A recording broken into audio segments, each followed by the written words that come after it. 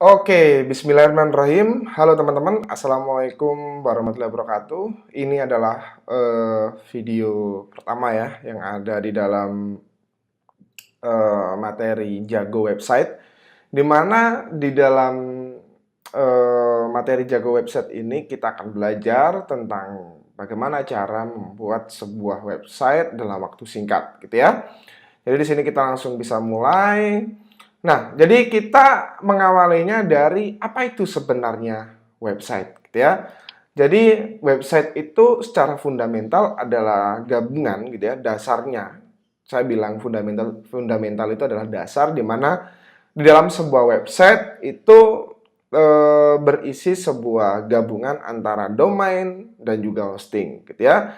Jadi kalau diibaratkan domain itu adalah sebuah perabotan rumah gitu ya, mulai dari TV, meja, kemudian kursi, almari, banyak gitu ya.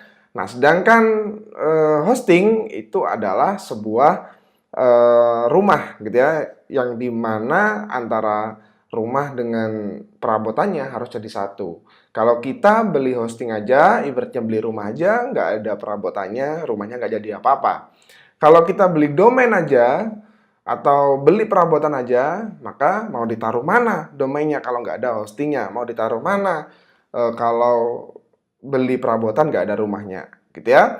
Jadi simpelnya seperti itu. Nah, website sendiri di sini biasanya gitu ya, kita selalu mempertimbangkan untuk pembelian domain itu pasti. Jadi biasanya sebuah alamat website gitu ya, nama, terus yang kita ketik di misalkan websitenya apa, orang biasanya akan bertanya, websitenya apa mas, mbak, kak. Nah, itu adalah yang diketikkan di halaman browser, itu adalah domain gitu ya.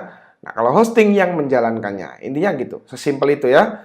Nah, jadi itulah website. Terus macam-macam website itu apa saja? Secara umum gitu ya, secara umum macam-macam website sendiri itu ada beberapa. Misalkan website perusahaan, kemudian bisnis, kemudian pendidikan juga ada, kemudian website yang sifatnya personal.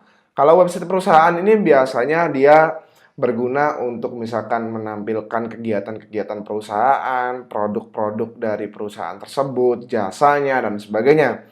Kalau website bisnis, biasanya ini yang berkaitan dengan barang-barang yang dijual gitu ya. Itu adalah website untuk bisnis. Sedangkan pendidikan, ini adalah website yang biasanya memberikan informasi tentang dunia edukasi, misalkan untuk sekolah, SD, SMP, SMA, dan sebagainya.